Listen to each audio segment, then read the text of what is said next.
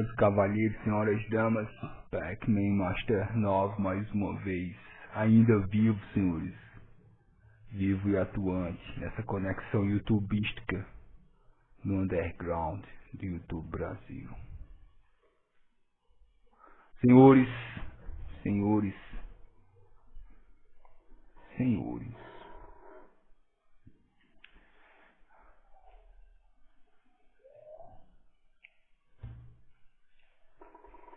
Mais um vídeo longo e chato, só pra variar. E galera, às vezes eu não estou com o saco de editar e tal, eu simplesmente faço isso aqui, sento e começo a falar o que vem na minha cabeça. Vocês já devem estar acostumados. Às vezes é até difícil pra mim escolher o título do vídeo e tal, porque senhores, eu não falo nada com nada, mas eu acho que eu já disse isso também. E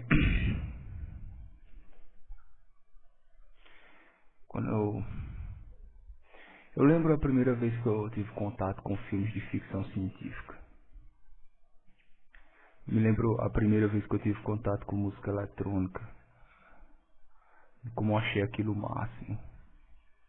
Achava aquilo extraordinário. E a ideia de você criar uma história que se passa no futuro, pra mim era formidável. Porque o próprio conceito de história, ele induz que você vai falar no passado. Do passado. É uma história. Se você está falando de algo, o que já ocorreu. Então, como contar uma história do futuro? Parece uma coisa, né? Pelo menos não é muito compatível o que nós entendemos como história e contar uma história do futuro. Ficção científica é isso. E música eletrônica, depois que eu comecei a escutar, eu já disse aqui que eu sempre estive envolvido com música alternativa e na época, senhores, no começo dos anos 90, você estar envolvido com música eletrônica era quase como um sacrilégio. Eu me lembro dentro da galera do metal, quando eu dizia que eu gostava de música eletrônica. A cara de nojo que eles faziam pra mim. Engraçado porque a maioria das pessoas que gostam de ficção científica, elas estão, vamos dizer assim, essas duas coisas não são ligadas. Pra mim, música eletrônica e ficção científica sempre fizeram parte do mesmo universo. Mas quando eu comecei a ler mais sobre ficção científica e tal, eu vi que as duas culturas, na verdade, eram diferentes. E por incrível que pareça, isso me chocou, porque eu pensava que era a mesma coisa. Eu vi que as pessoas que gostavam de ficção científica eram muito mais, galera, do que hoje se denominaria como universo nerd. Jornada nas Estrelas, Star Wars, tal, essas coisas. E a galera que gostava de música eletrônica era outra tribo, era outra galera que curtia rave e tal. E eu não sei por que os dois universos não estavam sempre juntos, porque na minha cabeça fazia muito sentido isso.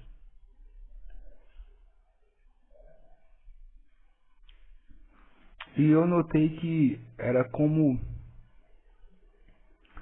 tanto a música eletrônica como a ficção científica tinha uma perspectiva da existência humana em um sentido futurista. E de que a grande história que estava sendo contada era da interação entre nossa expressão física, o nosso corpo físico, isso que nós chamamos de tecnologia. E que de alguma forma a tecnologia estava nos transformando, nos modificando.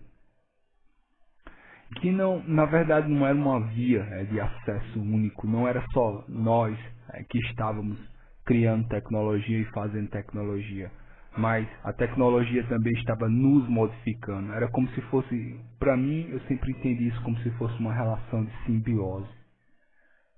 E que essa simbiose não era só física. Quando a computação começou a ter mais influência na vida das pessoas, eu vi que a simbiose não era só uma questão de máquinas, que nós estávamos interagindo com máquinas, mas que a simbiose também passava em um plano intelectivo, mental, porque os nossos softwares também estavam afetando a forma que nós pensamos, a forma que nós entendemos. E no começo dos anos 90, senhores, eu assisti o Exterminador do Futuro 2. Vocês lembram?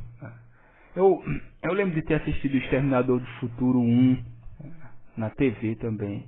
Mas o 2 foi realmente o impacto. E o 2 é a cara dos anos 90. Eu me lembro que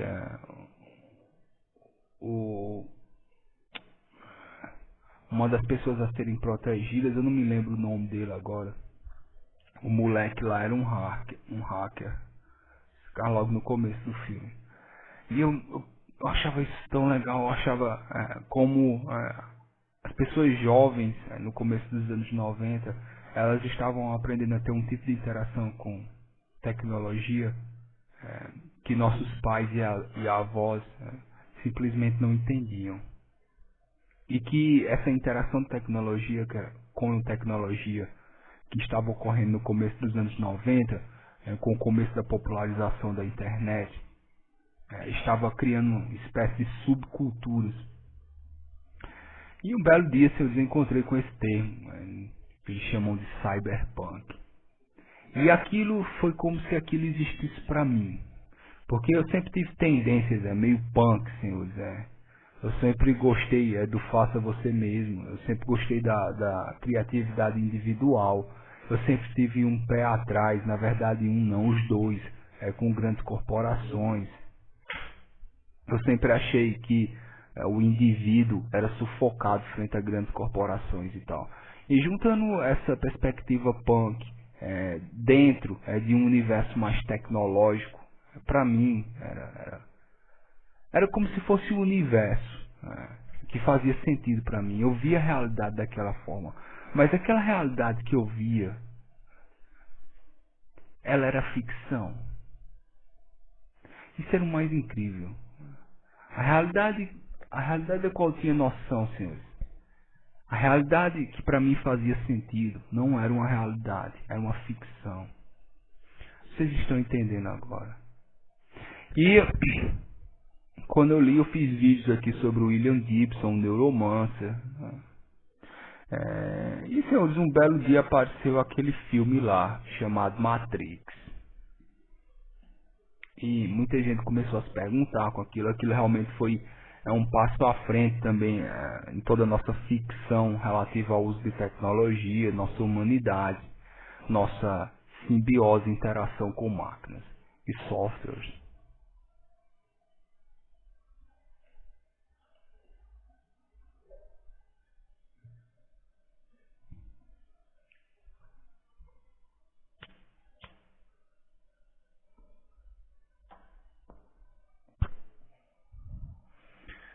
Eu me lembro que no começo do filme, eu não sei, talvez se vocês tiverem menos de 20 anos, vocês não lembrem bem quando o primeiro Matrix saiu.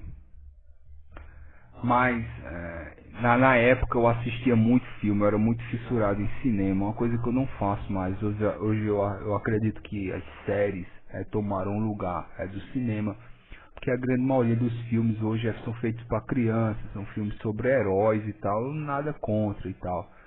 Mas nos anos 90 vocês ainda tinham filmes para adultos. E filmes para adultos mesmo que lidassem com ficção e ficção futurística e tal. Eu nunca gostei da figura do herói também. O primeiro Matrix ele não teve divulgação. Eu não sei se vocês sabem disso, ou teve uma divulgação muito pouca. É muito engraçado a história do primeiro filme, porque a divulgação do primeiro Matrix, ele ocorreu de boca em boca. Foi um negócio tipo, alguém assistia, falava pra alguém e tal. Não foi nem de longe o que as pessoas tiveram contato com Matrix 2 e 3. Não. Era um filme que uma pessoa assistiu e dizia, cara, esse filme é muito bom. E dizia para as outras pessoas assistirem também. Então, tipo, foi uma divulgação de pessoa para pessoa. Muito interessante mesmo, um fenômeno assim social de divulgação de um filme de ficção.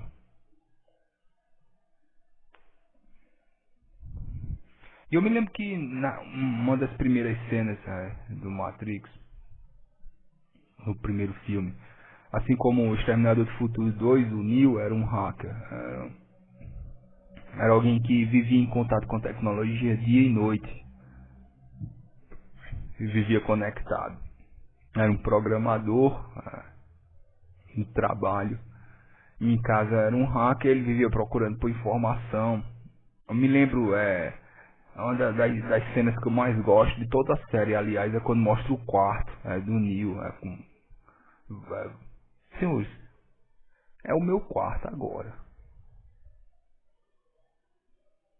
E eu achava aquilo tão legal. E eu não tinha noção de que aquele tipo de existência no futuro seria a minha existência.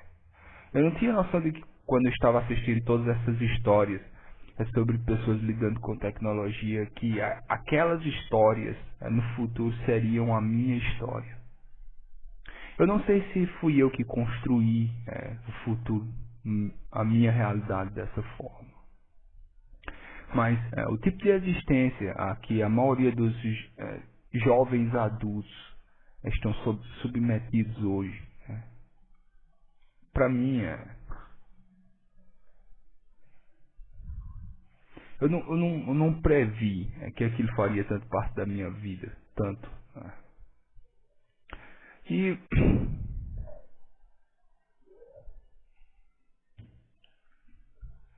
eu fico imaginando porque nossos pais e avós não tiveram que lidar com esse problema de você permanecer conectado a uma rede de informação planetária, dia e noite, de você procurar por informação como se você fosse uma espécie de detetive ou de caçador, de você ter contato com centenas, milhares de pessoas que você nunca vai conhecê-las fisicamente, de programas e pessoas que aparecem simplesmente na sua tela, fazerem parte da sua vida. Eu nunca imaginei que isso ia se tornar minha vida, como se tornou agora. Eu nunca tive essa sensação. Eu nunca previ isso. E aquelas coisas que eu vi, aqueles filmes, aquelas subculturas tecnológicas que eu achava tão interessantes quando eu era um adolescente, tudo aquilo veio a se tornar realidade agora. E às vezes eu me pergunto, eu não sigo os padrões normais de comportamento no sentido de ter uma família e tal. E eu acredito que muitos de vocês devem estar passando pela mesma coisa. Nós criamos um tipo de existência, criamos formas de trocar informação, criamos formas de interagir uns com os outros que são totalmente novas. E não existe nenhum tipo de padrão comportamental humano que nos dê as regras para fazer isso.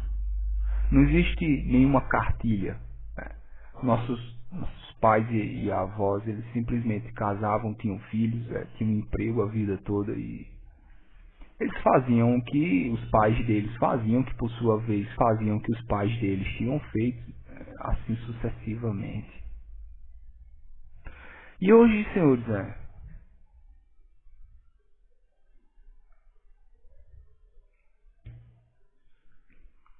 hoje eu vivo num quarto.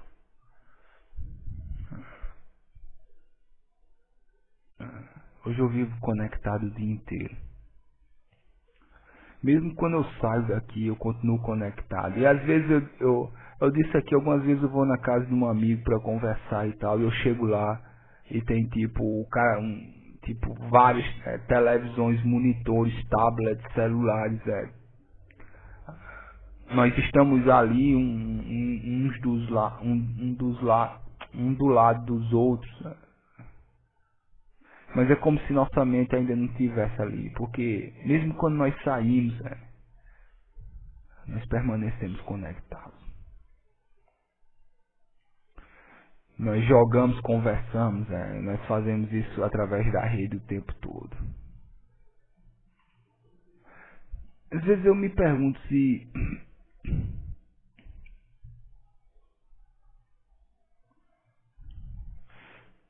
qual é esse caminho que nós estamos seguindo e onde isso vai dar? Será que, senhores, nós nos perdemos, nós nos viciamos em drogas tecnológicas,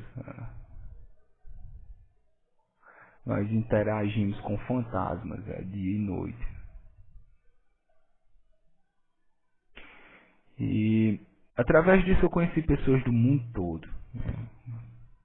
Coisa que, tipo, se fosse algo para ocorrer fisicamente, nunca teria ocorrido. E, senhores, eu vou falando de tudo isso, para vocês terem noção mais ou menos do tipo de vida que não só eu estou levando, talvez muitos de vocês estejam levando isso também. Eu não estou falando simplesmente do cara que fica em redes sociais o tempo todo. Porque a grande maioria das pessoas que usam a internet usa para fazer propaganda de si mesmo e tal. Mas eu estou falando das pessoas que realmente são uma espécie de pessoas que caçam por informação e conhecimento em si. Pessoas que tentam se modificar e entender melhor a realidade através das informações que são adquiridas através dessa rede.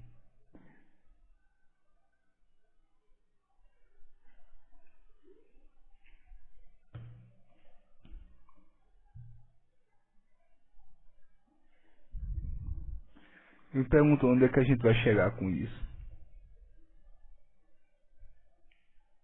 Porque, eu não sei se vocês notaram, mas isso não tem mais volta. As nossas, a noção de temporalidade, a noção de espaço geográfico, elas simplesmente não fazem mais sentido. E eu estudei filosofia e eu tento aliar o estudo que eu tive de filosofia com toda essa experiência com tecnologia, informação e redes, interação. Eu vejo que não existe nada que me ajude nisso. Porque todos aqueles pensadores, eles não passaram por isso que eu estou passando agora. Eles não tiveram esse tipo de existência.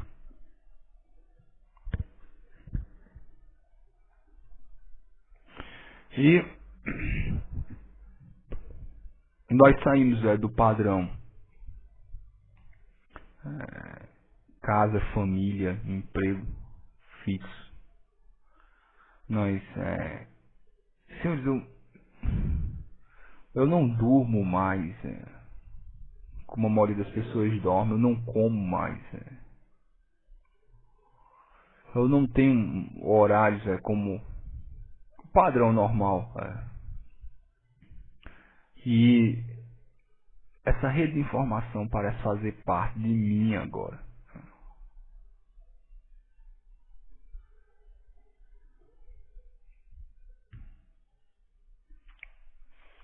Se algum de vocês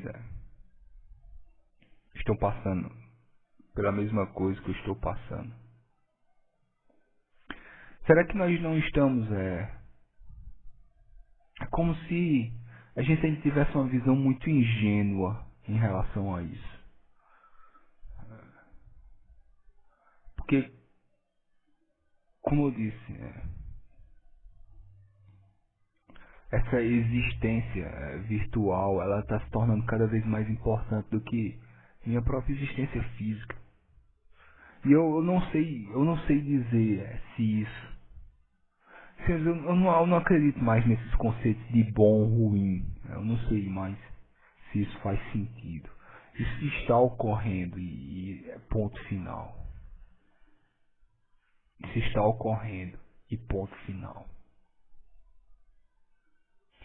E quando meu corpo físico, quando minha expressão física deixar de viver aqui, isso que eu fiz aqui, as coisas que eu coloquei aqui, elas vão continuar. E engraçado, eu vi algumas matérias falando de pessoas que já tiveram contato com tecnologia, pessoas que morreram. E que toda a atividade delas na internet continuou. Às vezes eu penso nisso, cara. Porque Eu penso se essa atividade vai continuar depois de mim. E, cara, só de pensar que talvez alguém daqui a 30, 40 anos, numa realidade que eu não consigo nem imaginar, sem pensar que alguém vai poder estar vendo esse vídeo agora. Alguém daqui a 30, 40 anos, de quando esse vídeo está sendo postado. De que alguém vai estar vendo esse vídeo. E que vai ver uma pessoa lidando com esses problemas. E que eles vão ver e dizer, cara, há 30, 40 anos atrás, quando a nossa sociedade ainda estava em formação, essas pessoas foram as primeiras a lidar com esse tipo de problema em relação à dualidade, existência física e a troca de informação virtual, ou do modo como a nossa consciência se expressa, ou no corpo físico através de máquinas, ou no tipo de interação que nós temos uns com os outros, através de fibra óptica. Só de imaginar essas coisas, eu imagino o futuro. Isso me dá calafrios. É uma mistura de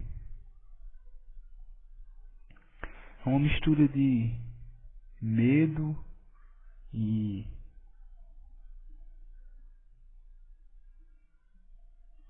excitação. E talvez se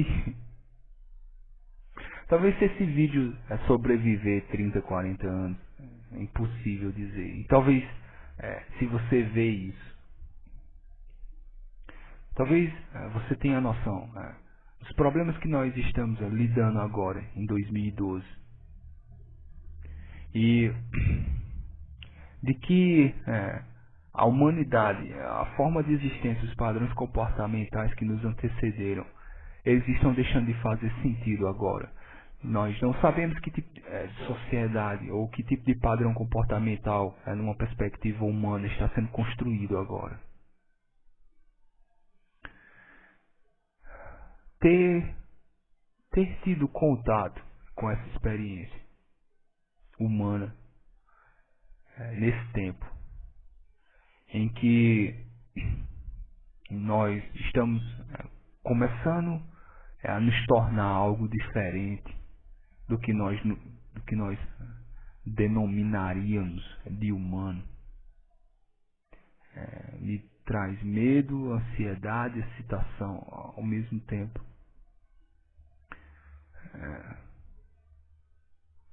E talvez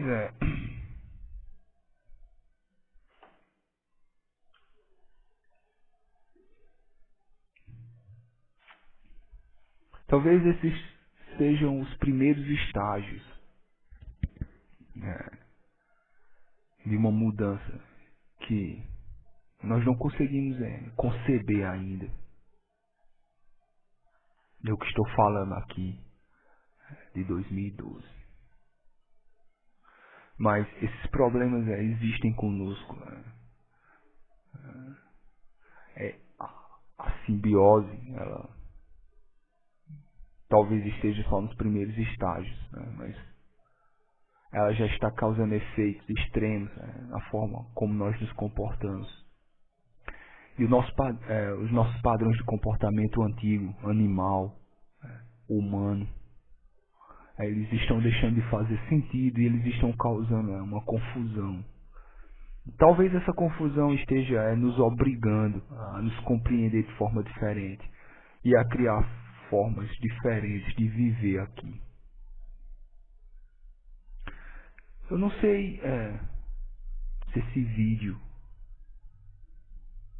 vai continuar. Eu não sei se ele vai atingir vocês onde quer que você esteja. Mas eu queria só deixar registrado, gravado, a forma como eu estou me sentindo e a forma como talvez muitas pessoas estejam se sentindo também.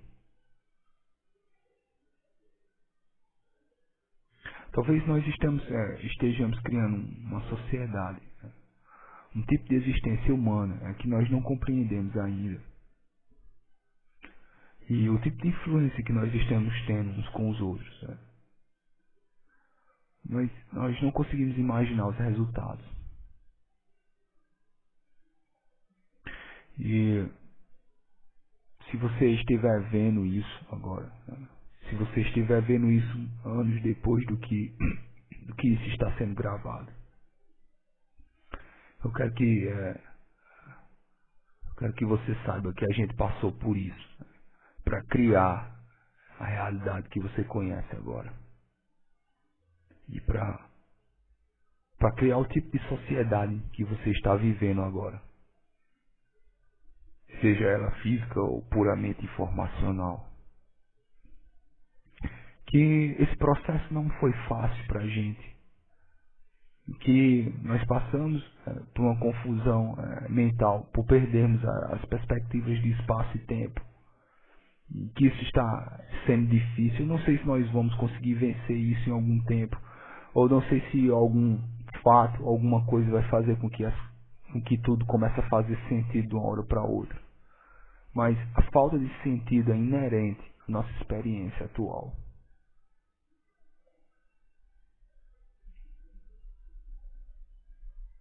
Isso é uma mensagem, senhores. É que nem o meu nome, ele não faz mais sentido. Porque o meu nome agora é Pac-Man Master 9. E essa é uma mensagem minha, 2012.